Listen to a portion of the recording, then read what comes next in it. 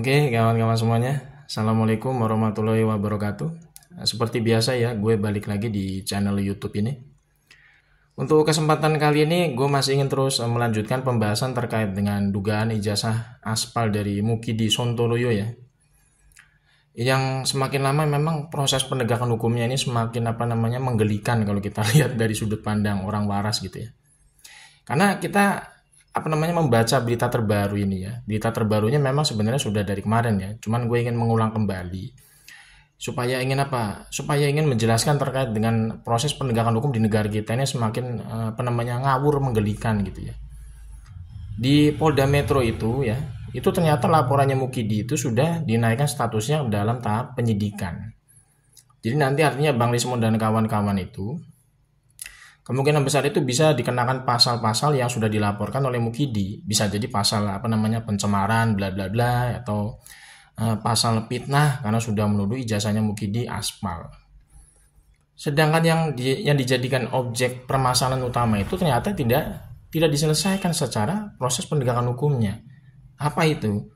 Terkait dengan keabsahan status ijazahnya Mukidi ini apakah asli atau aspal gitu deh. Ini kan sebenarnya kan kebalik ya, prosedur hukumnya ini kan sebenarnya sangat kebalik, ngawur gitu, kita sebut ngawur aja lah. Ini kan sebenarnya kalau kita lihat dari konstruksi hukumnya, harusnya ijazahnya Mukidi ini dikelirkan dulu statusnya. Apakah asli atau aspal? Berdasarkan siapa? Berdasarkan putusan pengadilan yang berkekuatan hukum tetap. Sampai ke tingkat kasasi, Mahkamah Agung gitu loh. Ini aja kemarin di PN Surakarta, pengadilan tingkat pertama, itu malah dihentikan sampai tingkat mediasi doang. Jadi Hakim PN Surakarta kemarin resmi menghentikan persidangan kasus ijazah aspalnya Mukidi supaya tidak sampai ke tahap pembuktian gitu ya. Jadi cuma sampai ke tahap mediasi, langsung diesepsi begitu aja. Jadi kan tidak ada putusan yang menjelaskan bahwa ijazahnya Mukidi itu asli, tidak ada. Jadi bagaimana mungkin laporannya Mukidi di Polda Metro itu bisa naik ke tahap penyidikan. Bang Rismon dan kawan-kawan itu tidak bisa dikenakan pasal untuk pasal fitnah atau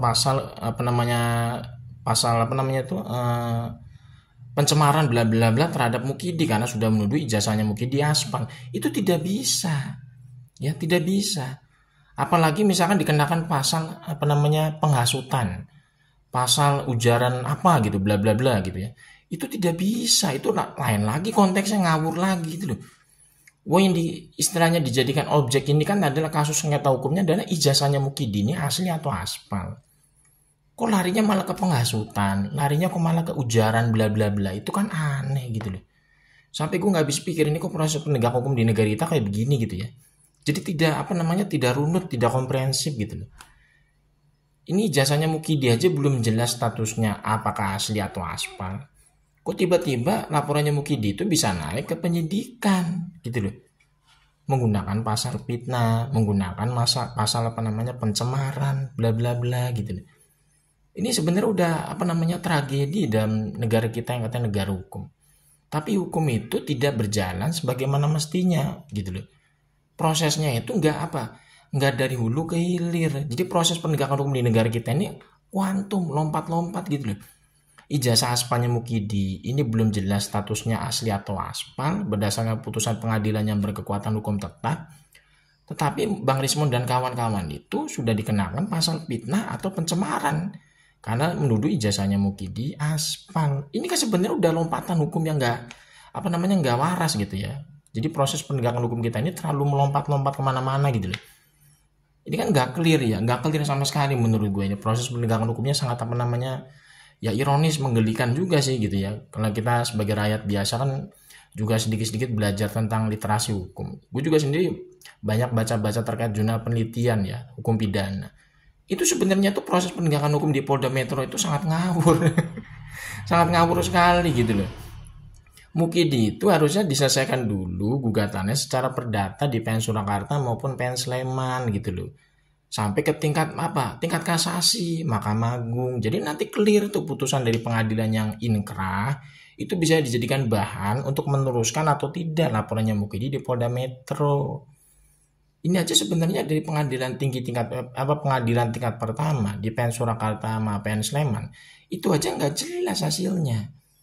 Bagaimana mungkin Mukidi itu bisa dianggap ijazahnya asli hanya berdasarkan keterangan dari UGM, hanya berdasarkan keterangan dari lab uji forensik Baris Krim Polri. Itu nggak berkekuatan hukum tetap. Uang mereka itu cuma sekedar memberikan pernyataan kok. Baris Krim Polri itu memberikan pernyataan lab uji forensik, itu kan belum jadi hukum final, belum. UGM itu menyatakan ijazahnya Mukidi asli, itu kan istilahnya dalam kaitan apa? Dalam kaitan sebagai lembaga pendidikan yang sifatnya cuma kayak sekedar melegalisasi. Tapi kan ijazahnya Mukidi ini secara dokumentasi fisik itu sudah menjadi sengketa hukum. Kalau Mukidi ijazahnya itu sebagai objek dalam sengketa hukum, yang berhak menyatakan asli itu bukan UGM atau kepolisian lagi, tapi putusan pengadilan yang sifatnya inkrah. Begitu loh. Ini kan sangat ngawur sekali gitu ya. Ini menurut gua boleh bilang ini kok masih begini ya penegakan hukum kita. Padahal Mukidi ini bukan lagi jadi presiden, bukan lagi jadi penguasa. Tapi kok seolah-olah itu kok aparat penegak hukum itu kok masih bisa dikatakan menjadi pelindungnya dia gitu terhadap beberapa kasus, terutama ini kasus ijazah aspalnya ini.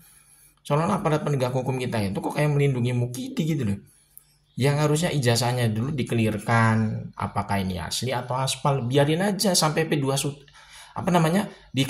diselesaikan dulu aja, misalkan dari perdatanya tuh kan ada di PN Surakarta atau PN Sleman, terusin dulu sampai tingkat kasasi gitu loh.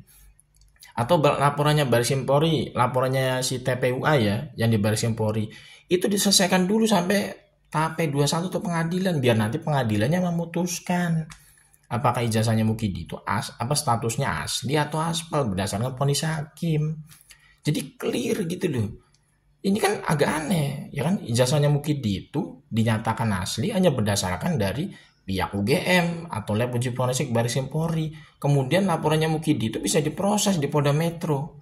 Bang Rismon dikenakan pasal pencemaran lah, fitnah lah. Itu kan agak aneh. Lah katanya negara kita negara hukum, ya hukum yang tertinggi itu minimal di pengadilan gitu loh. Jadi kan aneh kok istilahnya kok Mukidi ini bisa kasusnya itu menurut gua nggak komprehensif lah ya. Proses penegakan hukumnya itu nggak komprehensif, benar-benar banyak lompatan macam-macam yang nggak masuk akal.